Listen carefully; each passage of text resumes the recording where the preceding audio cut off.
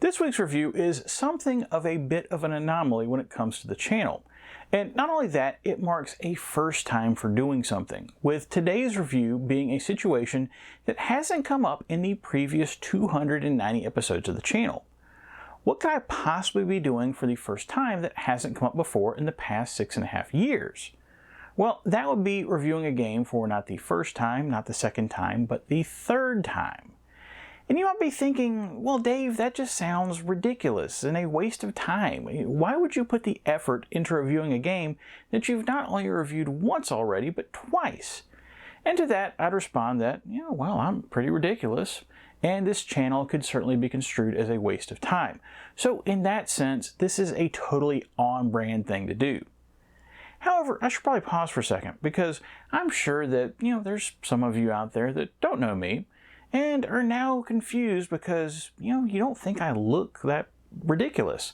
Well, listen, if you don't think owning every single Ghostbusters pop figure that's ever been released is ridiculous, I don't know what to tell you. Hi, my name is Dave, and welcome to Zilog and Moto, the channel where, seeing that I've got this totally normal wall of games behind me, it probably should have tipped you off. That's on you. Anyway, I'm out to collect and review the nearly 1,280 titles released in the English language for the Sega Master System, Genesis/Mega Drive, Sega or Mega CD as the case may be, and finally the 32X.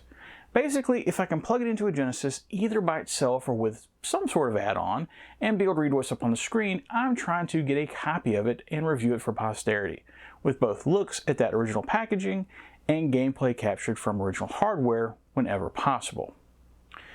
In all seriousness, today's situation is something that's only going to occur 7 times over the lifetime of the channel.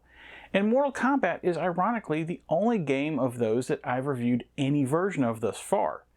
If you're curious, the 7 games that will eventually get this treatment are Mortal Kombat, Chuck Rock 2, Echo the Dolphin, Echo 2 The Tides of Time, The Smurfs, and finally Pitfall the Main Adventure, which breaks from the rest and rather than having a version on the Master System, Genesis, and Sega CD, instead has Genesis, Sega CD, and 32X versions. I should probably start reviewing some of those. Anyway, as mentioned, Mortal Kombat has specifically already been tackled twice by me. First, the Genesis version in episode 91, and then the Master System version in episode 193. Both versions reviewed extremely well, with the Genesis version being arguably the best port of the game that was released on Mortal Monday, September 13th, 1993, and the Master System version being such a good 8-bit version of the game that it doesn't even seem possible that it should exist in that format. Today's subject, Mortal Kombat for the Sega CD, was not released on Mortal Monday, even though the Sega CD had been on the market for about a year at that point. Instead, it was released 7 months later in April of 1994. Why the delay? What makes the Sega CD version of the game so special that Acclaim needed another 7 months to get it on the market? Which is especially egregious considering the fact that Mortal Kombat II had already long since taken over arcades and would incidentally not get a Sega CD port on time or otherwise. Well, I'll try to figure out what the Sega CD version has that sets it apart, if anything, but first a look at this package. And here's my copy of Mortal Kombat for the Sega CD. This is one that I've had in the collection for a while because at the time it wasn't very expensive, so I grabbed it pretty much as soon as I saw it. This copy's in decent shape despite having that nice little stress fracture across the front of the case there. Other than that though, there's just the occasional scratch to the outside, and the hinges are intact at both the top and the bottom. I'm sure opinions differ on this, but I will gladly take one of those stress fractures if it means the hinges still work. Also, as you'll see in a minute, the original foam insert is included as well, so that's always a nice bonus. I said that when I purchased it, it wasn't very expensive, meaning that I think I paid $30 to $35 for it, and truth be told, it's still not astronomically priced like some other Sega CD titles are, but it has gone up a little bit. So if you decide you want one for yourself, they're currently going for $50 to $60, depending on condition. As far as the front cover goes, I really like this. You've got the Mortal Kombat title and font, but then instead of having the traditional Mortal Kombat logo on top of a red background, you've got the MK logo superimposed onto a CD, as of course it's the Sega CD version, and the background instead has a stainless steel look to it. Also below all that, we've got bigger, better, louder, and most importantly, meaner hyping up this release. And I could totally see kids seeing that and being like, oh, I have to have this version of the game. Finally, there's also that MA17 rating down at the bottom, and that's somewhat notable, seeing as how the Genesis version was only rated MA13 in comparison. Really curious as to what could possibly be different to cause that, but I guess we'll find out shortly. One last thing about the cover, the game was released in all 3 main regions. However, other than the art being cropped to fit the different size cases used in Europe and Japan, it's otherwise unchanged, a clear indicator that they got it right the first time. Flipping over the back, and I really want to like this layout that's just filled to the brim with large screenshots showcasing different levels of the game, along with the Test Your Might bonus game from the arcade, but unfortunately, these screenshots are just crap. They're horribly blurry, even the smaller one in the upper corner, and I refuse to believe that in 1994, Acclaim couldn't take better screenshots for what's supposed to be the ultimate version of Mortal Kombat at the time. But granted, it is Acclaim, so I probably shouldn't be too surprised with these results. The short flavor text at the bottom tries to mention what makes this version of the game better than previous releases, and lists a pulsed, pounding soundtrack, which, given that this is a Sega CD title, should be arcade perfect, if not better, and new animations, which I'm not sure I believe, but that's something that I'm definitely going to look for now. Opening up the case, and you'll see that foam disc protector pad I was referring to, and the manual, which is in excellent and what appears to be nearly unread condition. I'm actually a little surprised the manual is in this good a condition, because just like the Genesis version, it has a section towards the end where, if you really wanted to defile the manual, you could cut it into quick reference cards for each of the fighters, as each section lists not only the special move button inputs for each of the characters, but also how to do each character's fatality. But maybe the previous owner was familiar enough with the arcade version that they didn't need to be told how to do the moves. Okay, that's the mostly well-maintained package. Let's boot up Mortal Kombat and see if the third time is still charming. So, where do we start with this one? Well, I suppose for the people that may not be aware of the historical significance of Mortal Kombat on home consoles, because they weren't born yet, or perhaps even their parents weren't born yet, the original Mortal Kombat was a massive hit in the arcades for Midway in the summer of 1992. The one-on-one fighting genre had been revolutionized the previous year by Capcom with the release of the original version of Street Fighter II, and companies like SNK seized upon releasing new games to compete in the newly reinvigorated genre. However, in the beginning, most fighting games tried to mimic the stylings of Street Fighter II, with hand-drawn animations and similar control schemes. Midway saw an opportunity, though, and thought they could attract gamers with newer digitized graphics instead, and mix in more violent content that they had popularized in games like Smash TV and Narc, which combined with the digitized graphics gave things an appearance of being straight out of a Hollywood martial arts film.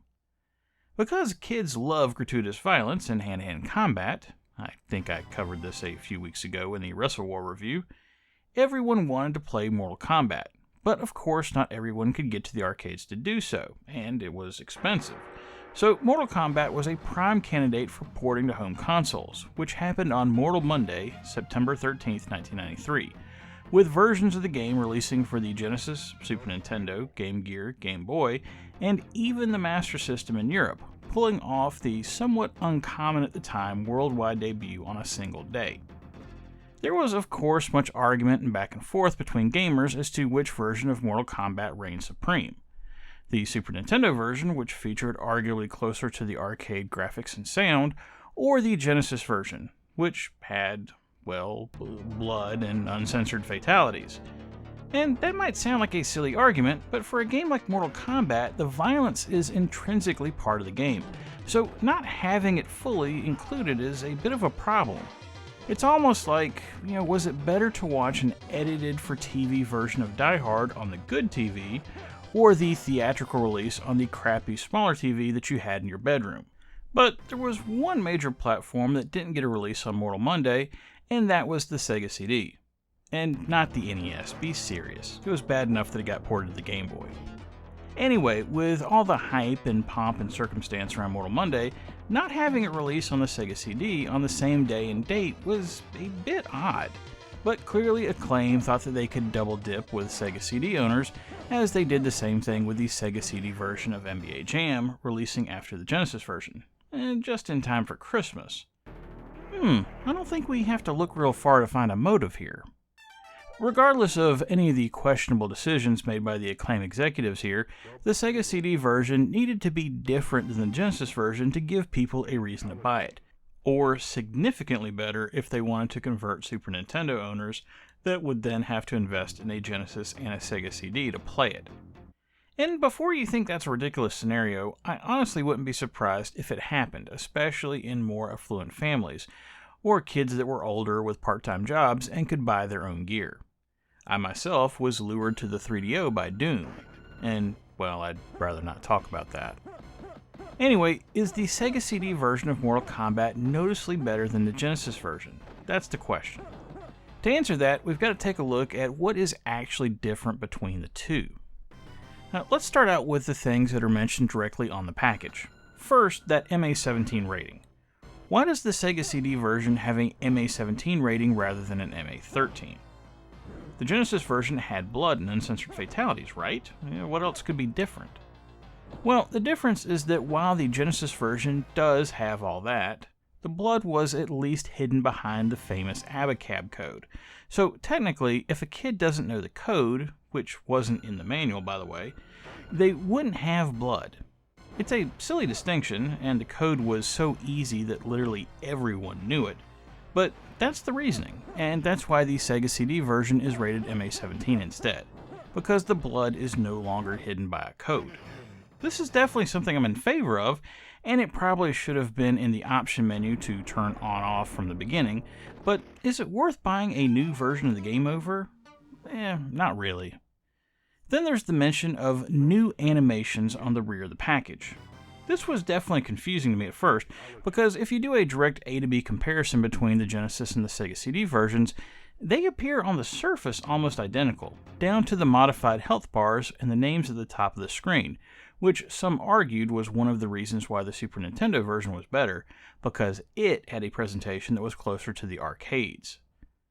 Without going to the internet to try to find a specific list of things that were different, I wanted to first come up with a list of, quote, animations on my own that I could pick out that were changed, because that would probably be what the average person would notice and not necessarily have to be a hardcore Mortal Kombat fan to pick up on. The most obvious new animation is the video that plays at the beginning of the game. Is it some sort of awesome video that details the lore of Mortal Kombat, created specifically for this release? Well, no. Okay then, well is it at least, some cheesy cartoon that potentially ties into the comic book presentation from the manual? Well, again, no. Instead, the video that plays before the game starts up is just the commercial for the original release of the game, hyping up Mortal Monday, with the kids running from all over the city to apparently get a copy of the game from the store? That part never really was explained in the commercial. Of course, any mention of Mortal Monday has been edited out, and also any mention of Nintendo or any of the other specific consoles that the game was released on, just leaving an awkward mention of Sega every now and then. And I don't know about you, but I know the only thing better than the super grainy video quality of the Sega CD is having the video be a clearly edited commercial of the game that I've already bought. Now, I don't have a problem including this as it's part of the game's history, but it probably should have been listed as a bonus feature in the options menu or something. There's also other animations that have been added, but they're more of a blink and you'll miss it variety. For each of the main characters, in the BIOS screen that will display when the game is in demo mode, a video will play in the center of the screen surrounded by the bio text. Well, calling it a video is a bit of a stretch, it's really just a few frames of animation. However, this is a change, as the Genesis version only had a still picture, and the video is closer to the arcade presentation. But again, going back to the original question, is this or the intro video something worth rebuying the game over? And no, it's definitely not. The only other graphical difference that I noticed on my own is the presentation of Fight at the top of the screen. The Genesis version, due to not supporting scaling and hardware, just went with a static Fight label, which was fine, but the Sega CD version brings back the Fight that zooms right at you while flashing, and I'll admit, it's a nice touch. The game's sound is where Mortal Kombat gets the biggest boost from being a Sega CD release, as you would probably expect. The soundtrack, a hallmark of the series, is enhanced and sounds excellent. The Genesis version of the soundtrack wasn't bad at all, and honestly I preferred it over the Super Nintendo version, which I'm sure will infuriate some people, but I just really prefer the FM-based sound over the PCM-based sound, all things being equal. However, even as good as I thought the Genesis version of the soundtrack was, this Sega CD version is more or less arcade perfect, which again shouldn't be too surprising considering that it's just playing tracks off of a CD, but still, they definitely got it right. More importantly than the CD quality music that's included, however, is the return of most of the digital speech from the arcade version, which had been excised from the Genesis version. I'm assuming due to attempting to save on cartridge space. The Genesis cartridge was a full 16 megabits as is, so even attempting to include the speech would have bumped it to probably at least 20 megabits, and I've got a feeling that they would have needed closer to 24 if they actually wanted it to sound good. However, with the Sega CD version, it's all here, and it all sounds fantastic. I've got to be honest, while I like the Genesis version as is, there's just something satisfying about the announcer saying fatality after someone has their head ripped from their shoulders or is burnt to a crisp, and I love to hear it. So far, the Sega CD version of the game is clearly superior, whether it's a detail that's just minorly improved or majorly. It's hard to find a reason to not go for this version of the game instead of the Genesis version. But it's not impossible. You see, there's one very major reason why you'd want to stick with the Genesis version, and that's simply a matter of physics. The Sega CD, being an early multimedia device, is equipped with only a single-speed CD-ROM drive, capable of only reading data at 150 kilobytes a second. On its own, the Sega CD loading times aren't the worst thing in the world, and if the only place this was really an issue was the, brief 10-second loading times between levels, and it is 10 seconds, I counted, I'd still call it out, but I think the previously mentioned improvements would be worth the trade-off.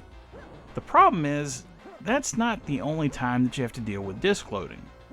Mortal Kombat, in an attempt to extend the gameplay of the arcade version, added what are referred to as endurance matches after your first 7 bouts.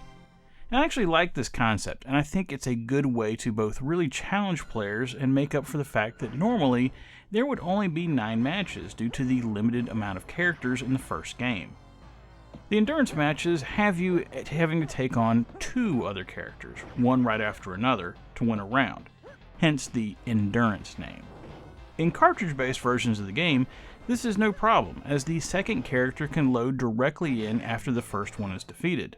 Unfortunately, the way the Sega CD is designed, there's only enough room in RAM for 2 characters at a time, meaning that when you defeat the first character, the game grinds to a halt, as you have to wait for 5 seconds, again, I counted, for the next opponent to load in. This frankly kind of sucks, but at least we're not having to deal with loading during combat, right? Well, if you haven't played Mortal Kombat, you might not be aware, but the gimmick with the final boss, Shang Tsung, is that he can morph into any of the other fighters, including sub-boss Goro, during combat. The developers couldn't really back out that functionality as it's pretty core to what makes Mortal Kombat, so they left it in. But again, you're left with a final boss fight that's going to pause multiple times as Shang Tsung switches between characters, and it's pretty awful, with it being a lame way to end the game as opposed to the somewhat epic nature that the fight is supposed to convey.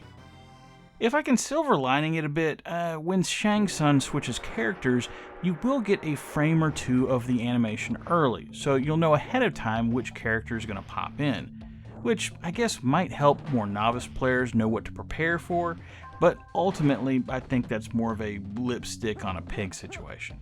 Now that we've gone over all the differences and what you should expect from the Sega CD version of the game, what about the game itself? Well, if you're familiar with the original Mortal Kombat, and I assume if you're watching this video you probably are, the Sega CD version of Mortal Kombat is a faithful reproduction of the arcade game, just with the mentioned issues and of course a drop in graphical fidelity.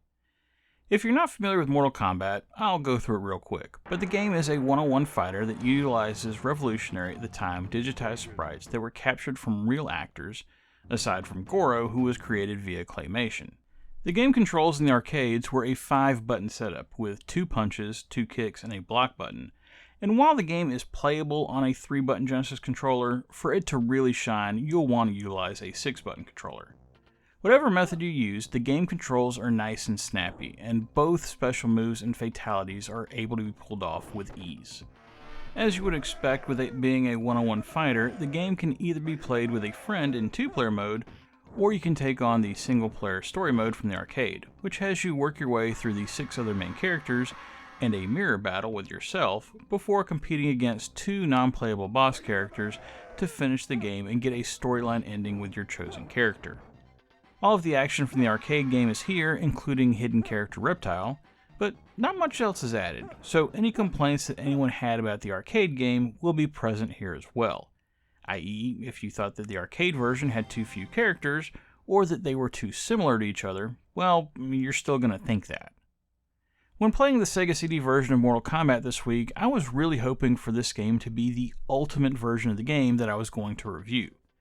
For reference, previously on the channel I gave 3-star ratings to both the Genesis and Master System versions of the game, both which I think are quality releases, but also keeping in mind the fact that Mortal Kombat isn't my favorite fighting game to begin with. I really wanted the Sega CD version to give me something extra, something that would have been worth waiting for the delayed release and the extra cost of a Sega CD on top of a Genesis. Unfortunately, I can't say that's the case with the aforementioned disc load issues. Due to that, I have to give Mortal Kombat for the Sega CD just a 3-star rating, the same as the other versions of the game, and honestly, if you're playing on original hardware, I really think the Genesis version is the way to go, even with the missing sound effects and slightly lower quality music. Mortal Kombat on Sega CD is a quality release, don't get me wrong, it's just not as good as I was hoping for. And that's it for Mortal Kombat on the Sega CD. I really had a fun time getting reacquainted with Mortal Kombat this week, and I think that speaks to just how good the original game is. Even if it's not my favorite, I can definitely appreciate why other people love it so much, and why it's continued in further games and major motion pictures over the last 30 years. I'm going to give one caveat here to the review score though. If you're the type of person who doesn't mind using aftermarket hardware, the Sega CD version probably is the version to go with.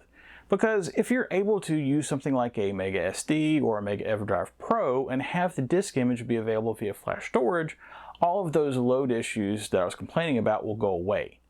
It's just food for thought. Now next time on the channel, it's a game that I've got to be honest, I'm really not looking forward to reviewing. If you can even call it a game, that is. And I can definitely see the argument for saying that it's not. I was hoping that I was done with these type of games on the channel after I reviewed Art Alive back in episode 92, and the significantly better but still not a game Wacky Worlds in 192. This is one of those releases that's definitely on the more obscure side of things, as it's one that I didn't even realize existed until I started this collection. Now, I don't really have a good clue here, as the title of the game has kind of painted me into a corner, but I'm sure astute Sega CD fans will be able to figure it out. Anyway, that's it for Zilog and Moto episode 291. If you liked what you saw here and want to see more, please think about liking and subscribing if you're so inclined, as it will help more people see these videos. But most importantly, whatever you like to play, have fun and be excellent to each other. Later.